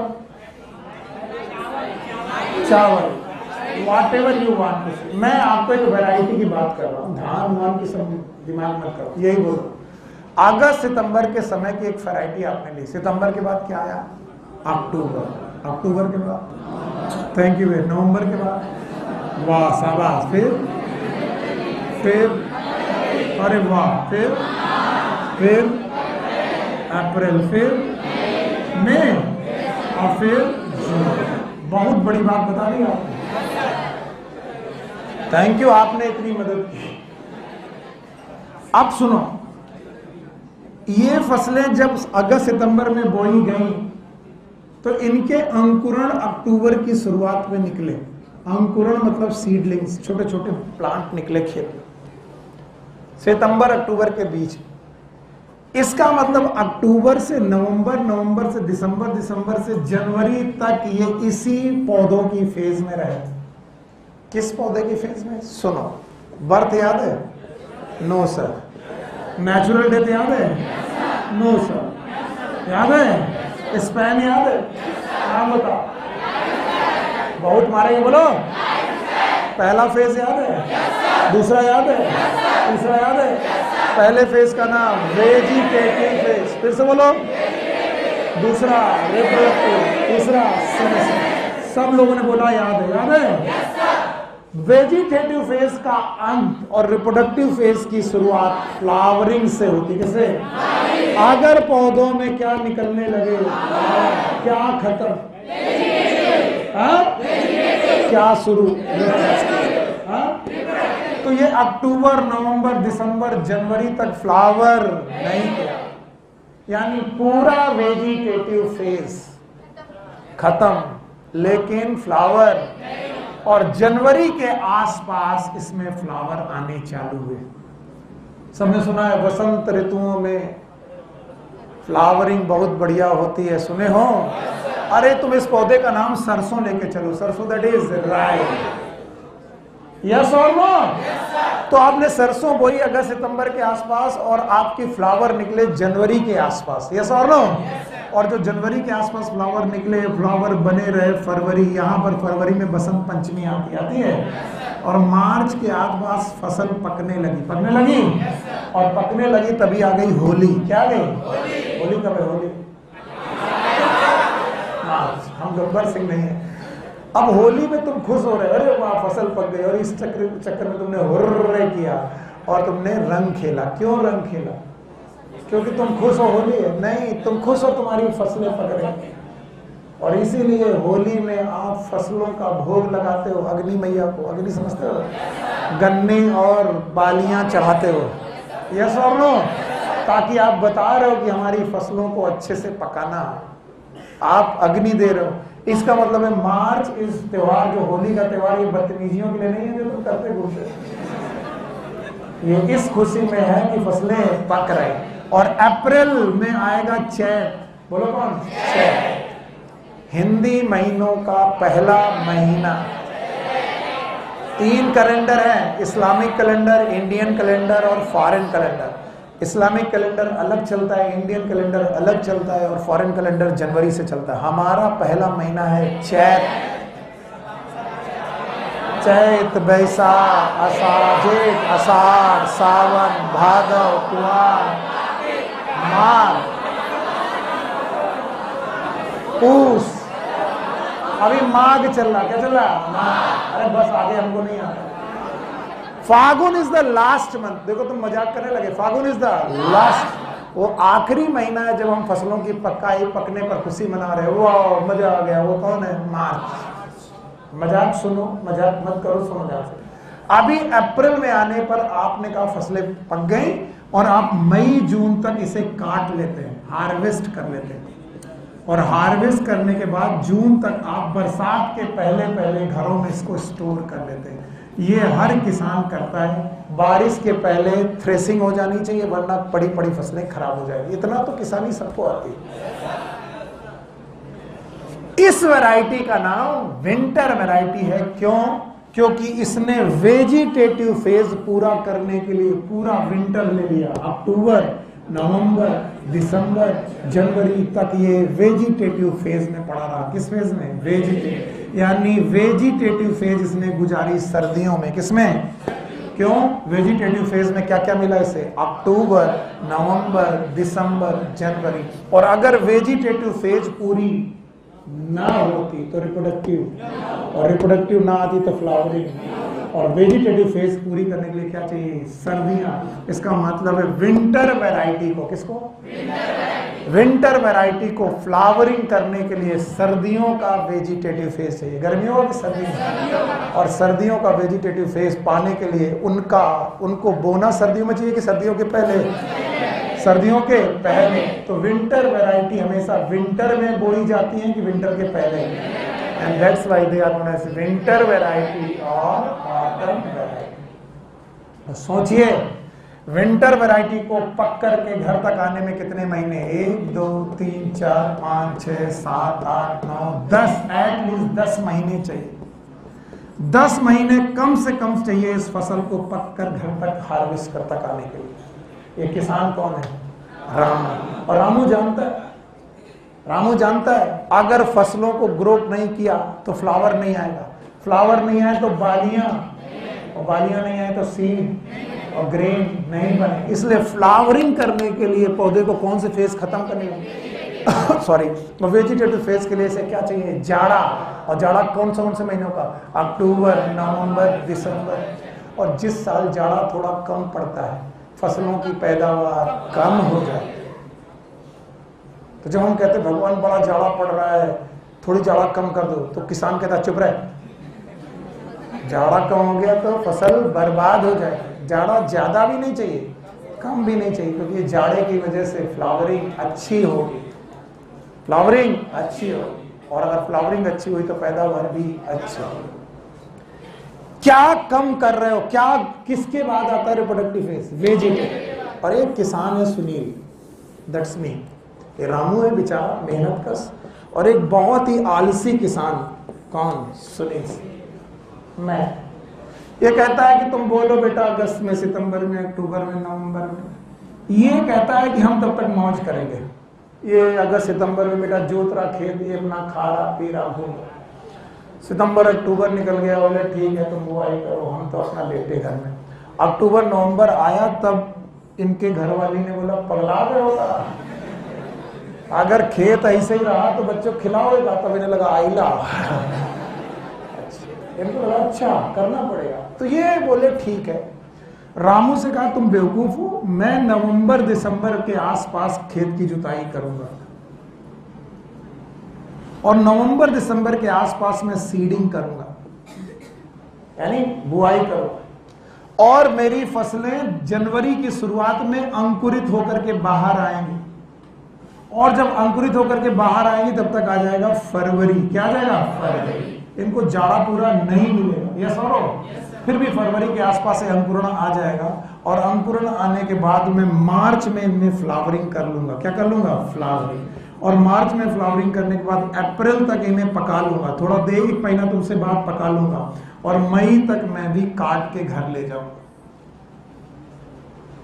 yes, this variety is known as spring variety. बोलो कौन सी? तो बताओ फसलों की एक वैरायटी की 2 वैरायटी? एक कौन सी? ऑटम, जो सर्दियों के पहले लगाई जाती, और एक कौन सी वैरायटी? स्प्रिंग वैरायटी, जो सर्दियों के अंत में।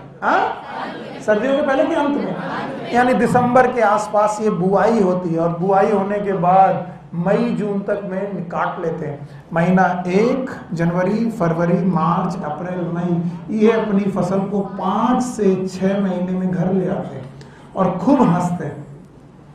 कौन? रामोस कहते हैं हे मूर्ख रामू, जो काम तुम 10 महीने में करते हो वो मैं 5 महीने से 6 महीने में कर लेता हूं, फसल सेम है। रामू कहता भैया तुम पढ़े लिखे किसान हो, हमारे बाप दादा यही कह के गए हैं, हम इसी से काम चला रहे हैं। अच्छा, रामू अपने हिसाब से सही है। क्यों सही है? क्योंकि रामू 1 बीघे खेत में 8 क्विंटल गेहूं उगा रहा है, और सुनील सर उसी के बगल वाले खेत में सेम मिट्टी, वही एक तरह के 1 बीघे में केवल 3 क्विंटल उगा रहे हैं। और ये सुनील सर को मालूम नहीं, सुनील सर इसी बात पे खुश है कि ये बेवकूफ 10 महीने लगाता है, मैं देखो 5 महीने में फसल ले आता हूँ। तो मैं एक दिन रामू को छेड़ने लगा, रामू तुम बहुत मूर्ख हो, अगस्त सितंबर से चालू करते हो, मई में काटते हो, हम दिसंबर जनवरी में चालू करते हैं, मई में काटते हैं। रामू ने कहा देखो हम मूर्ख नहीं है, हम तुमसे उलझते नहीं, तुम हो बेवकूफ आदमी। हमने कहा कैसे बेवकूफ है, हमको तो बुरी लग जाती बात, हमको तुमने बेवकूफ कैसे कहा, हम तुम्हें बेवकूफ कह, तुम हमको बेवकूफ कह रहे। बोले हाँ आप बेवकूफ हो। बोले कैसे? बोले तुम्हारे 1 बीघे में कितनी? तो हमने कहा 3 क्विंटल। बेटा मेरे 1 बीघे में कितना? 8। अब रामू तो दर्द दे के चला गया। तो हमने पता लगाया कि रामू कर क्या रहा है। रामू ये कर रहा है कि वो अपनी वैरायटीज अच्छी यूज कर रहा है और सीड की ब्रीड अच्छी यूज कर रहा है। और वो ब्रीड कौन सी है? विंटर। बोलो कौन? और उसका प्रोडक्शन कम की ज्यादा? लेकिन स्प्रिंग ब्रीड का, स्प्रिंग वैरायटी का प्रोडक्शन ज्यादा की कम? तो हमने कहा तो क्या हुआ अगर मैं अपने बीजों के साथ के बजाय रामू के बीज उगा दूं? तो बताओ जब बीज सेम होंगे तो प्रोडक्शन भी सेम होगा। फिर से सुनो वरना यहीं मरोगे। मैंने कहा रामू के बीज अच्छे हैं तभी तो 1 बीघे में कितना, और मेरे बीज खराब हैं तभी तो 1 बीघे में।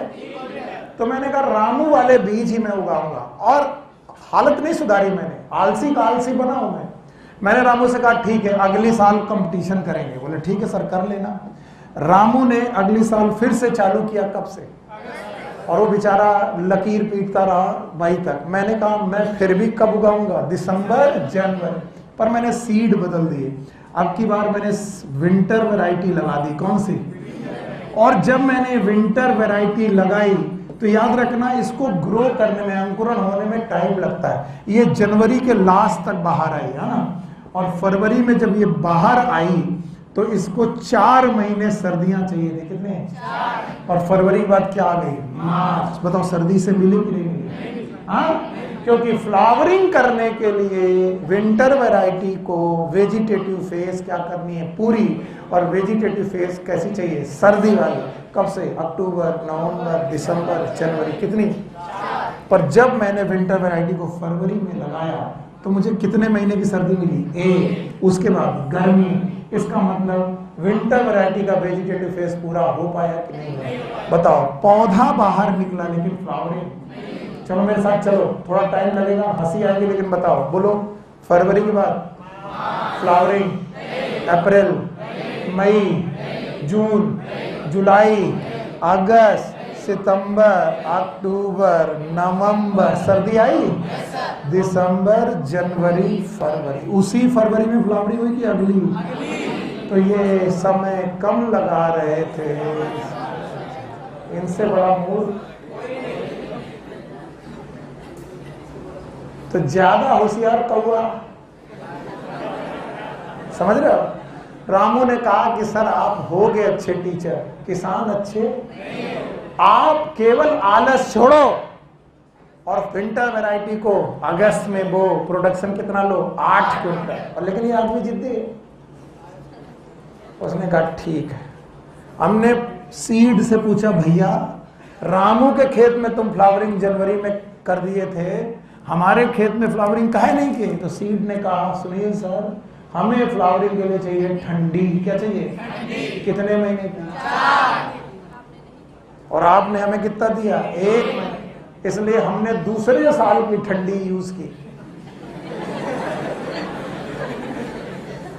तो हमने कहा तुम्हें ठंडी चाहिए? बोले हाँ। बोले हमने बस मामला खत्म।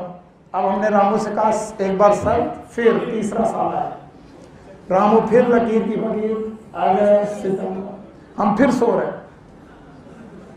और अब की बार हमने लिया रेफ्रिजरेटर। क्या लिया? रेफ्रिजरेटर। बोलो क्या लिया? फ्रिज। और फ्रिज में गीले कर दिए सीड। सीड कैसे किए? गीले। और उनमें निकल आया अंकुरण। हाँ, और इसको 1 महीना तक ठंडी दी हमने, क्योंकि इसने क्या कहा था? हमको क्या चाहिए? ठंडी। तो हमने कहा ठंडी तुम्हें खेत में मिले चाहे फ्रिज में मिले, हमने अपने सीड को लो टेम्परेचर पे रखा, लो टेम्परेचर। इधर सीड हमारा लो टेम्परेचर में मजे कर रहा, कहाँ, रेफ्रिजरेटर में, और इधर हम अपना चारपाई में बैठे आराम कर रहे, और रामू हंस रहा कि सुनील सर फिर फंसेंगे। पर हमें अपने दिमाग पे बिल्कुल कॉन्फिडेंस था। अच्छा, फिर आया दिसंबर जनवरी, यस और नो? फिर मैंने विंटर वैरायटी जो कि फेल हो गई थी ग्रो करना, उसको ठंडा कर रखा है 1 महीने से, फ्रीज कर रखा है ठंडा। किस टेम्परेचर में? 5 से 10 डिग्री। और उन सीड्स को निकाला कुछ दिन के लिए नॉर्मल टेम्परेचर पे, 2-3 दिन के लिए, और फिर उन सीड की बुआई चालू की। और ये कौन सी वैरायटी? विंटर। और यकीन मानिए विंटर वैरायटी फरवरी में फ्लावरिंग कर गई, यस और नो? मार्च तक पक गई, मई तक काट ली गई, और 1 बीघे में कितने क्विंटल? 8 क्विंटल। अब रामू को बुलाया, इधर आओ। विज्ञान भी कोई नौटंकी समझ रहे थे। तो बोला कैसे हुआ? बोला हमने तुम्हारी ऑटम वैरायटी को स्प्रिंग वैरायटी में तब्दील कर दिया, and this is known as springization. बोलो क्या है? यानी विंटर वैरायटी का स्प्रिंग वैरायटी में हो जाना, it is springization, also known as vernalization. मैंने कहा था वर्नलाइजेशन का दूसरा नाम क्या है? स्प्रिंगाइजेशन। क्यों? क्योंकि मैंने आपके वेजिटेटिव फेज को, किस फेज को, बड़ा कर दिया कि छोटा? कैसे? चिलिंग ट्रीटमेंट, कैसा ट्रीटमेंट? चिलिंग। तो अब उन्हें वेजिटेटिव फेज ज्यादा लगेगा कि कम? और कम लगेगा तो कम समय में फ्लावरिंग कर देंगे, यस और नो? स्प्रिंगाइजेशन का मतलब समझते हो? स्प्रिंगीकरण, वसंतीकरण, बसंती नहीं। जैसे बोला जाता है अमेरिकाइजेशन, क्या बोलो? जैसे इंडियन यूथ का, आप लोगों का अमेरिकाइजेशन हो रहा है। आप अपने अंदर एक अमेरिका लिए घूम रहे हो। आपसे बोला जाए मोहम्मद रफी, बोले ये कौन होता है? आप बोले सर मैं तो सुन रहा हूँ सर एमिनेम, और क्या नाम होता है, जस्टिन बीबर। और जो अपना न रहता है, ना दूसरे का रहता है, ना घर का रहता है, ना घाट का। चुपचाप किशोर कुमार सुनो। तो आप अमेरिकाइजेशन है। आप 14 जनवरी भूल गए हो और 14 फरवरी याद है आपको। खिचड़ी भूल गए? 14 जनवरी खिचड़ी, और तुम्हें 14 फरवरी याद है। That is known as americanization. और जो लोग अपनी जड़ें भूलते हैं वो ना घर के रहते हैं।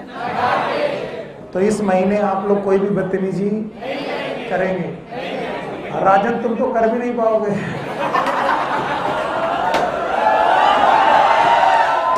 नहीं, राजन कह रहा है हमको क्या समझते बेटा, हम पूरे काकादे में टहलते हैं और एक हफ्ता 7 तारीख से 14 तारीख तक गुलाब की दुकानों में, कार्ड की दुकानों में, जहां मिल गए 5 क्वेश्चन पूछते हैं। कितने? 5। जवाब दो तो जाओ, कोई बात नहीं, और नहीं दो तो मुर्गा बनो। अच्छा लगेगा? पर तुम गुलाब खरीदे और मुर्गा बने हो। तो जो लोग अपने 5 क्वेश्चन प्रिपेयर करके रखें, they are free to move here and there. Pratik तुम गुलाब से होगा क्या? ये उनसे पूछो जो हफ्ता भर आइसक्रीम, टेडी बियर, गुलाब लिए घूमते रहते हैं।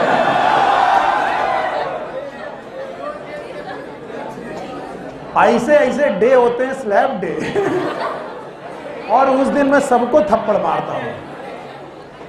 बच्चों, जब तक पढ़ाई चले, बी सीरियस। ये सब जिंदगी में हर साल आएगा, यस और नो? और जो लोग इन सब पे बिजी रहेंगे उनके पार हर साल आएगा, लेकिन सिलेक्शन। तो कुछ चीजों के लिए कॉस्ट और बेनिफिट का रूल याद रखना। क्या हमने अपनी विंटर वैरायटी को स्प्रिंग वैरायटी में चेंज कर दिया? और ये कैसे किया? हाई टेम्परेचर की low temperature, and that is known as vernalization. बताइए, इस कहानी से आपको कुछ लिखना है? नहीं, बस आपको 2 बातें याद रहनी चाहिए। बताओ कितनी वैरायटी होती हैं? 2। एक, दूसरा किसमें समय ज्यादा, किसमें कम?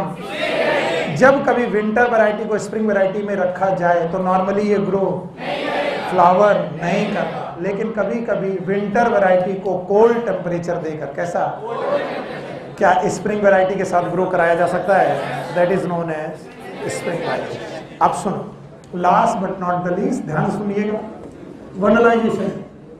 There are some plant known as biennial plant. The biennial plants are the plant which require 2 season, जिन्हें 2 सीजन चाहिए। आज तुम इनकी बुआई करो, इनकी बर्थ होगी एकदम शांत। पहला सीजन, पहला साल, 1 साल ये केवल वेजिटेटिव फेज करते हैं, वेजिटेटिव फेज में रहते हैं, फर्स्ट सीजन। और दूसरे सीजन में ये दोनों फेज पूरी करके काटे जाते हैं, हार्वेस्ट किए जाते हैं। सीजन में ये रिप्रोडक्टिव और सेनेसेंस फेज कंप्लीट करते हैं। तो बताओ, इन पौधे को 1 साल लगता है कि 2 साल? अब मुझे कोई जुगाड़ बताओ जिससे मैं इनका वेजिटेटिव फेज छोटा कर दूं। वर्नलाइजेशन, फिर से बोलो। और अगर मैंने इनका वेजिटेटिव फेज छोटा कर दिया तो मान लीजिए इनका ये 10 महीने का था पहला सीजन, दूसरा 10 महीने का था, टोटल इनको ग्रो करने में कितने लग रहे थे? 20 में। और मैंने 10 महीने का टाइम 2 महीने कर दिया, और ये 10 महीने रहा, तो 10 और 2, तो बताओ 1 साल में ये फसल ग्रो कर पाएंगे? यस। कैसे?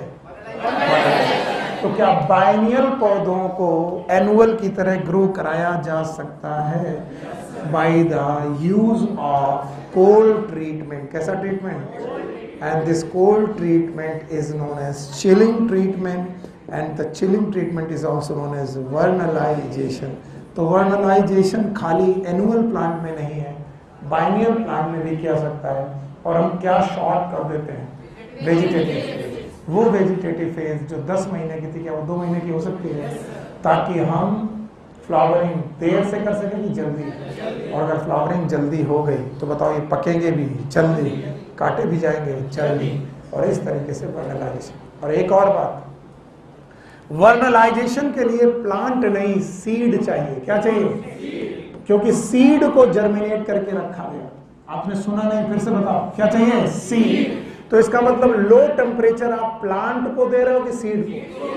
या फिर बेटा अंकुरित अनाज को, जिसमें छोटा छोटा अंकुरण निकला है। तो याद रखना, बोलते हैं सीड में भी वर्नलाइजेशन किया सकता है, प्लांट में भी किया सकता है। तो प्लांट में तो भले लीफ हो, लेकिन सीड में लीफ, तो फिर बोलते हैं लो टेम्परेचर का स्टिमुलस कौन रिसीव करता है? बोले लो टेम्परेचर का स्टिमुलस रिसीव करते हैं मेरिस्टेम। बोलो का, जरा बताओ मुझे, वहां पर लाइट का स्टिमुलस कौन रिसीव करता है? लीफ। लेकिन वर्नलाइजेशन का मेरिस्टेम। और ये एक हार्मोन बनाते हैं वर्नलिन। बोलो क्या नाम? और यही वो वर्नलिन है जो फ्लावरिंग में हेल्प करता है। याद रहे, वर्नलिन नाम का flowering hormone, it is also hypothetical. बताओ आज तक खोजा गया कि नहीं? नहीं खोजा जा सका। It is again hypothetical.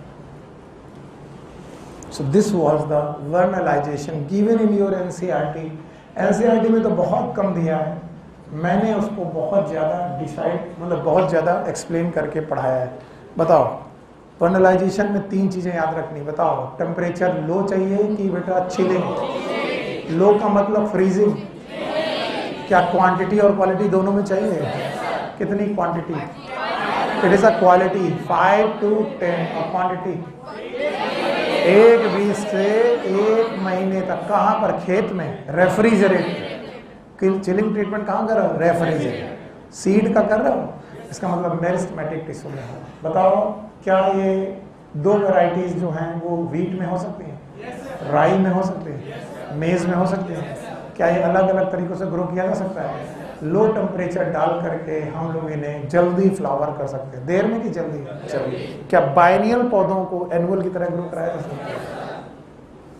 क्यों? लो टेम्परेचर करने से वेजिटेटिव फेज बड़ी हो जाती कि छोटी, और फ्लावरिंग जल्दी, और इसलिए पकना भी जल्दी और काटना भी जल्दी। Now the last topic of the chapter, it is seed dormancy.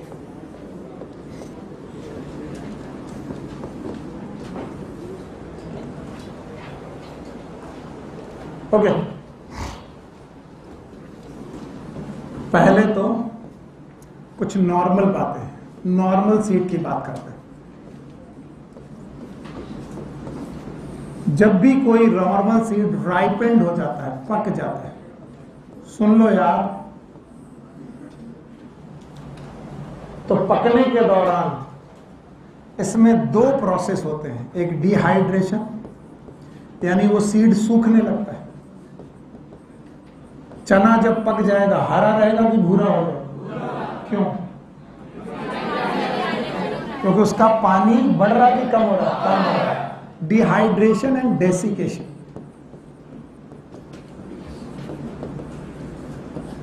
एक नॉर्मल सीड लीजिए आप, उस नॉर्मल सीड को पकने दीजिए।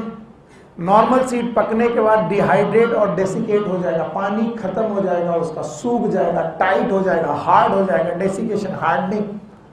और जब हार्ड हो जाएगा, बिना पानी का सीड हो जाएगा, तो ये इनएक्टिव हो जाएगा। एक्टिव की इनएक्टिव, और ये बहुत जरूरी है। अगर ऐसा ना होता तो हम सीड का स्टोरेज कर पाते कि ना कर पाते? नहीं कर पाते। क्यों? क्योंकि अगर ये इनएक्टिव ना होता तो जर्मिनेट कर जाता। क्या कर जाता? तो गेहूं बना खेत में और खेत में जर्मिनेट कर गया। बताओ आटा बना पाते कि नहीं? So we need dehydration and desiccation to storage.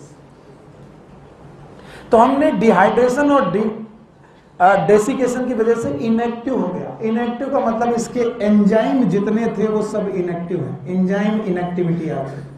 लेकिन इसी नॉर्मल सीड को अगर आप इन्वायरमेंट फेवरेबल दे दो, कैसा? फेवरेबल, इन्वायरमेंट फेवरेबल दे दो।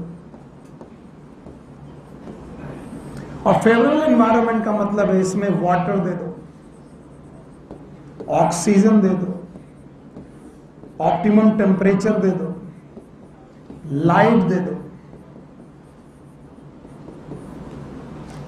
तो आपका जो सीड इनएक्टिव था वो एक्टिव हो जाएगा। क्या हो जाएगा? और एक्टिव होने के बाद जर्मिनेट कर जाएगा, और जर्मिनेट करके नए पौधे को बना दे।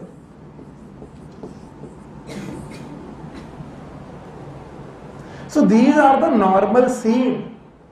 ये नॉर्मल सीड बनने की प्रक्रिया है। इसमें कहीं कोई डॉर्मेंसी ऑर्मेंसी शब्द यूज नहीं करना।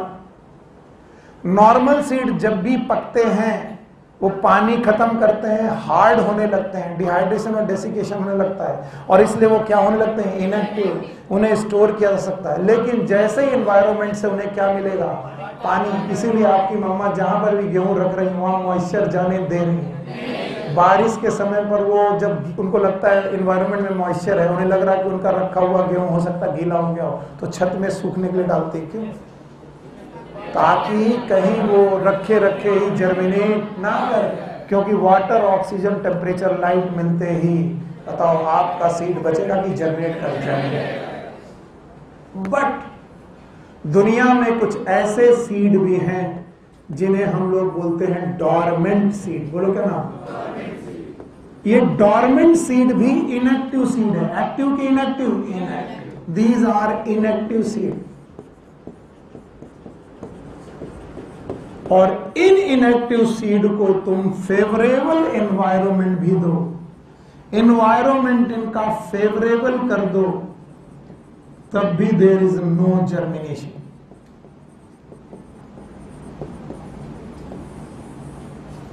ऐसे सीड्स को हम लोग डॉर्मेंट सीड बोलते हैं, और ऐसे प्रोसेस का नाम हम लोग बोलते हैं डॉर्मेंसी। बोलो क्या नाम? Yes. What is dormancy? It is an indigenous property of seed. Seed की अपनी प्रॉपर्टी की, एनवायरनमेंट की? एनवायरनमेंट की। भैया इसमें एनवायरनमेंट का कोई दोष नहीं है। नॉर्मल सीड होता है तो पानी और उस पर जर्मिनेट हो जाता है। ये सीड कैसा है? इनएक्टिव। बताओ नॉर्मल पानी और ऑक्सीजन डालने पर जर्मिनेट? तो ये बताओ नॉर्मल सीड है कि डॉर्मेंट? इसका मतलब ये डॉर्मेंसी एनवायरनमेंट पे डिपेंड, क्या ये सीड पर डिपेंड करती है?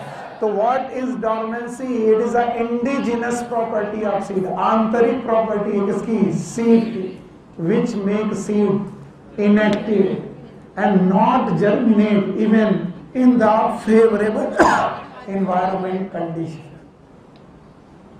एनवायरमेंट की फेवरेबल कंडीशन होने के बावजूद भी सीड जर्मिनेट हो रहा कि नहीं जर्मिनेट नहीं। तो what is seed dormancy? You can say it is a indigenous property of the seed, property of seed. ये एनवायरमेंट की प्रॉपर्टी की indigenous, indigenous property of seed which make seed inactive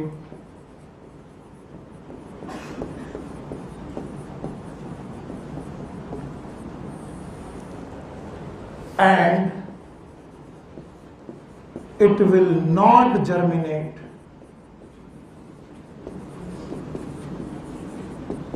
even in favorable environment condition.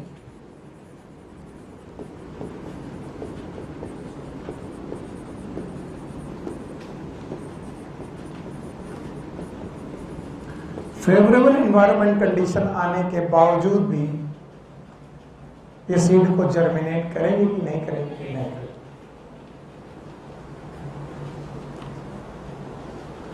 चलो जवाब दो पाओगे?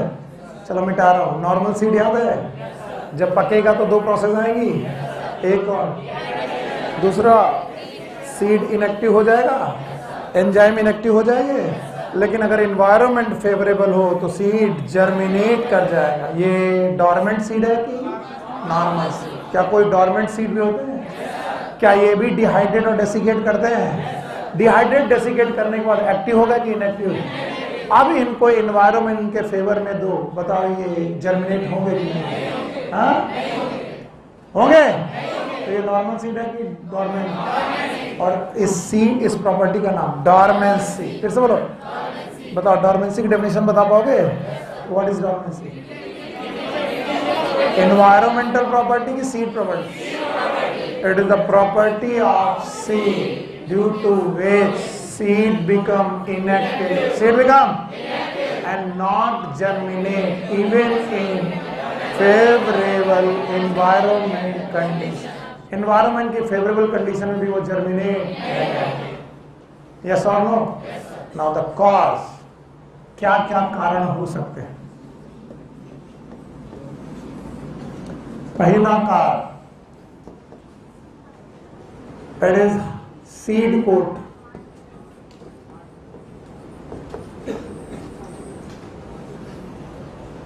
If seed coat is hard and if the seed coat is impermeable, अगर seed coat hard और impermeable है तो वो डोरमेंट सीड हो जाएगा। कैसे? हार्ड होने पर सीड कोट के बाहर सीडलिंग निकल पाएगा कि नहीं निकल? तो जब सीडलिंग ही सीड कोट के बाहर नहीं निकल पाएगा तो बताओ जर्मिनेट होगा कि नहीं होगा? और दूसरा, इम्परमिएबल होने पर वाटर डालेंगे लेकिन अंदर, ऑक्सीजन डालेंगे लेकिन अंदर, तो वाटर ऑक्सीजन है जरूर लेकिन अंदर, और जब अंदर नहीं जा रही है तो जर्मिनेट होगा कि नहीं होगा? ज्यादातर लेग्यूम्स के सीड्स, किसके? लेग्यूम्स के जो सीड होते हैं वो बेटा डोरमेंट होते हैं ड्यू टू सीड कोट। या तो उनका सीड कोट हार्ड होता है या तो। दूसरा बड़ा कारण केमिकल्स। कुछ केमिकल सीड को डोरमेंट बना देते हैं, जिनमें से एक है एब्सिसिक एसिड। आपको मैंने पिछली क्लास में पढ़ाया था, याद है? क्या सीड डोरमेंसी करता है? इसके अलावा फिनॉल, फिनोलिक एसिड और फिनॉल, इसके अलावा पैरा एस्कॉर्बिक एसिड। कभी भूल जाना, ऐप के नाम से याद रखना, app APP, A for abscisic acid, P for phenolic acid और पैरा एस्कॉर्बिक एसिड। अगर ये केमिकल सीड में है, सीड एक्टिव की inactive? And the last is immaturity or the immature embryo.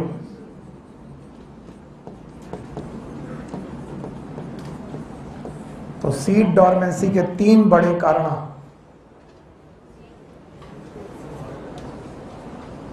हाँ भाई, पहला सीड कोट, या तो सीड कोट कैसा होता है, hard and impermeable. Hard seed होगा तो सीडलिंग बाहर, इम्परमेबल होगा तो वाटर और ऑक्सीजन अंदर नहीं आएगी, जर्मिनेशन नहीं होगा। ज्यादातर लेग्यूमिनेसी फैमिली के सीड डॉर्मेंट हैं क्योंकि उनके सीड कोट हार्ड और इम्परमेबल। दूसरा केमिकल्स, बोलो कौन कौन, abscisic acid, phenolic acid, para ascorbic acid, APP। अच्छा तीसरा याद है, इट इज इमेच्योर एम्ब्रियो। अगर एम्ब्रियो ही इमेच्योर है तो जर्मिनेट होगा कि नहीं होगा? एम्ब्रियोनल एक्सिस इज मैच्योर कि immature? Immature. These are the 3 cause. हटा दें। नाउ द ट्रीटमेंट, कैसे सुधारें? डॉर्मेंसी का ट्रीटमेंट है और किया जा सकता है। पहला ट्रीटमेंट है नेचुरल स्कैरिफिकेशन, दूसरा है मैकेनिकल स्कैरिफिकेशन।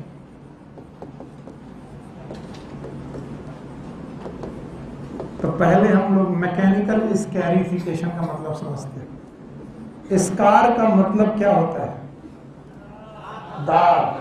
जब आपके चेहरे में चोट लगती है तो बोलते हैं स्कार बन गया। तो किसी चोट से कोई दाग बनाना, कोई घाव का दाग बनाना, it is known as scar. तो scarification is abrasion of the seed. हम सीड्स को रगड़ते हैं ताकि उनके सीड कोट पतले पड़ जाए। एब्रेजन मतलब ताकि उनके सीड कोट पतले हो जाए। एब्रेजन करने के लिए, मैकेनिकल एब्रेजन करने के लिए हम लेते हैं नाइफ्स। नाइफ्स मतलब कुल्हाड़ी। अच्छा, नाइफ्स के अलावा रेगमाल, सुने हो रेगमाल? सैंड पेपर, यानी रेगमाल से सीड को घिस देते हैं ताकि सीड खत्म हो जाए, कि सीड कोट पतला हो। Seed coat. और अगर गांव में खेती देखे हो तो हम लोग के मम्मी पापा अक्सर बुआई करने के पहले उसे बोरे में रखते हैं और रखने के बाद पूरे सीड को एक साथ बहुत विगरस शेकिंग करते हैं। शेकिंग करने से क्या होगा? सीड आपस में फ्रिक्शन करेंगे और फ्रिक्शन करने से उनके सीड को लूज हो जाएंगे। यस और नो? तो this is known as vigorous shaking.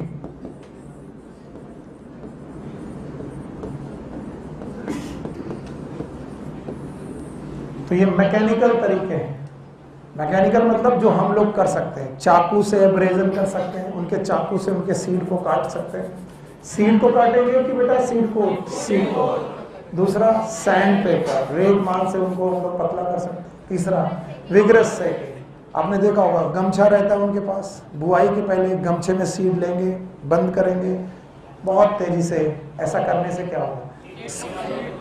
Seed को पतला हो जाएगा। ओके, शांत रहो यार। मैकेनिकल स्कैरिफिकेशन के अलावा there is a natural scarification as well.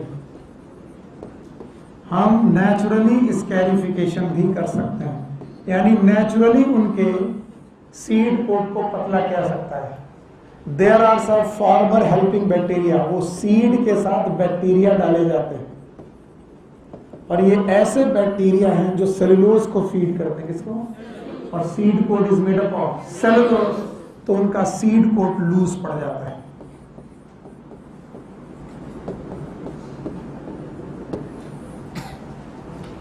ये हम लोग खेती में यूज कर रहे हैं। 2 तरीके, एक तो हम लोग मैकेनिकल स्कैरिफिकेशन करके, दूसरा नेचुरल में भी बैक्टीरिया के साथ ट्रीटमेंट करके। तीसरा, ये हम खेती में यूज नहीं कर रहे लेकिन नेचर में ये भी पाया जाता है। सब लोग यही देखें,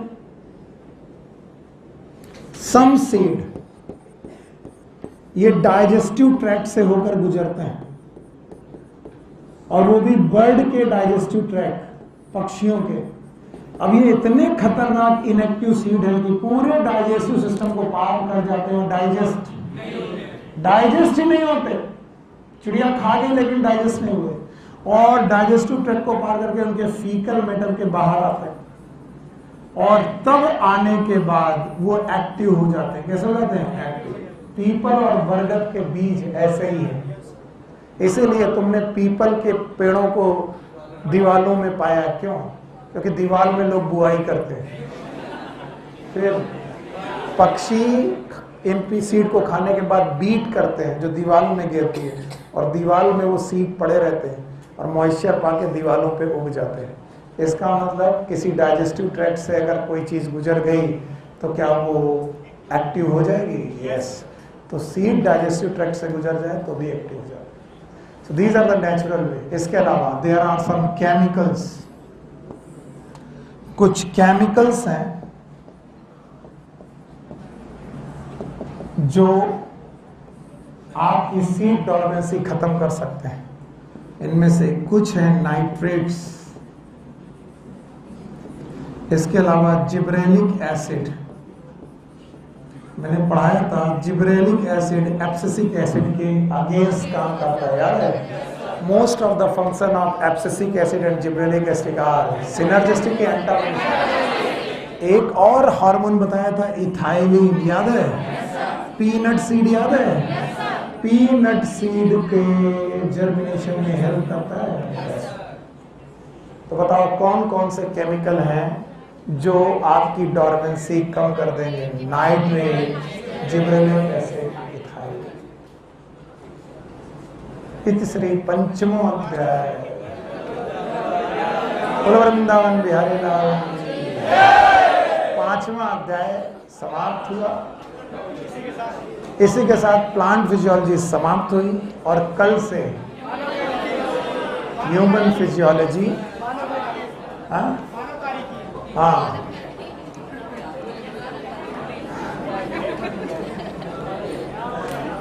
कहाँ बैठो। आज शाम को पहली बात तो सब लोग को आना है पोल्यूशन बढ़ाने के लिए। तो आज शाम को पोल्यूशन खत्म करते हैं। तो कल से हम लोग ह्यूमन फिजियोलॉजी और अगले हफ्ते से जेनेटिक्स, यानी कि अगला हफ्ता का सोमवार कब है? 8 तारीख है। तो उसके पहले ही हम लोग चालू कर देंगे जेनेटिक्स। तो 8 तारीख को अनाउंस कर दें, 8 तारीख से हमारी जेनेटिक्स शुरू, ओके? और फरवरी तक आते आते और रिवीजन चलता रहेगा। आज शाम को पूरा प्लान बताते हैं, लिख के यहाँ पर, ठीक है? रोज रोज का बताना खत्म और पूछना चालू, ठीक? तो जाओ, खुश रहो, मजे करो। शाम को आना है, कितने बजे?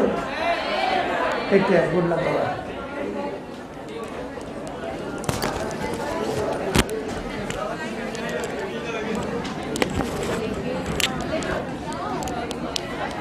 फाइनल वाला, उसके बाद तो पूरी ह्यूमन फिजियो आ रही है 14 तारीख को।